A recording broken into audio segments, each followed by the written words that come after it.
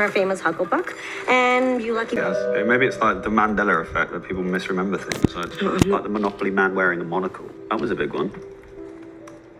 So, BETE NOIRE, Season 7, Episode 2 of Black Mirror.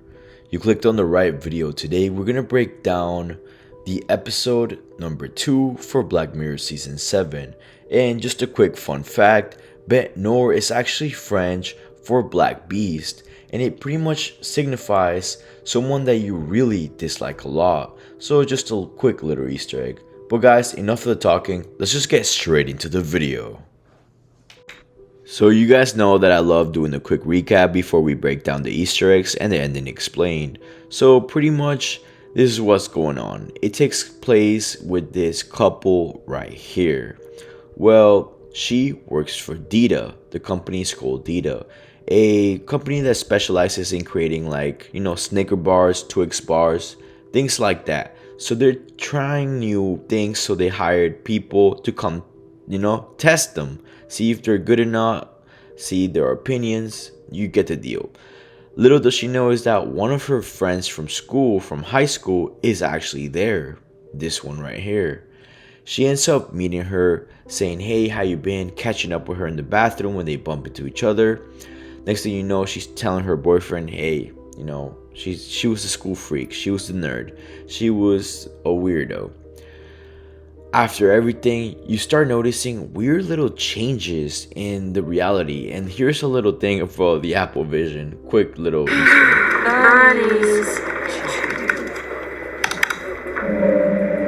Oh dear. So yes, you saw that. Barney's changing to Bernie's. Little things started changing. That's when you start noticing the Mandela effect happening live on the Black Mirror episode.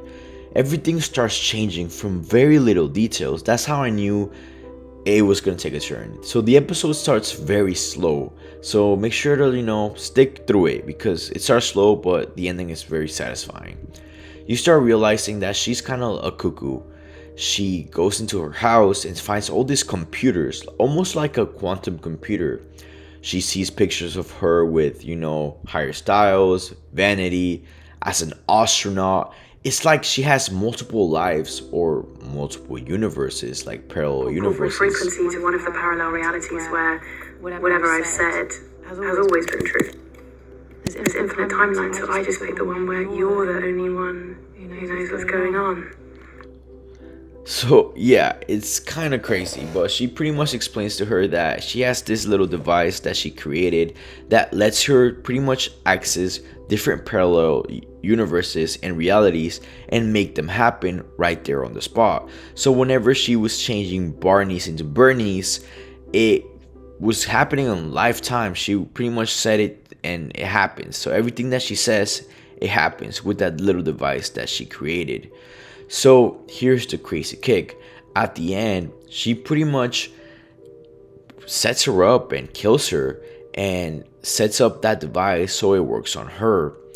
And it's funny enough because she said that she was at one point being preached and worshipped like a goddess. And the first thing that she did was after getting the device is asking the device, and I was worshipped like an emperor. Next thing you know, here she is teleporting into a parallel reality where everybody worships her like an emperor, almost like a god. And it's a very crazy thing because we see that this is like a Mandela effect happening in real time. So you know how crazy things happen in real life and just millions of people are saying that they believe one thing but remember another thing? The Mandela effect. You probably heard it before and it's nothing new. They took that Mandela effect and pretty much made it more raw and scientifically. So all these episodes are aligning to something that could potentially happen in real life. What if all these Mandela effects that we're kind of remembering and forgetting are actually someone controlling it and changing realities with a device they created? It's crazy to think about, but the episode pretty much ends and explains that, even with all the power that she had with the quantum computers that she created, and she was able to tap into different realities with that device, accessing different parallel universes and circumstances, it repeats into a loop because now she is dead and another person is taking control of that device. So this will be a cycle of repeating itself, and it's probably never gonna end. So what is the universe? Who really created the universe? It's crazy to think because it makes you wonder, well, if she was able to create this, was it even real? Was this whole universe real? Who created the universe? There's a lot of unanswered questions, but a pretty mind-bending episode. It starts off very slow, but I recommend sticking through it because the ending is surely worth it.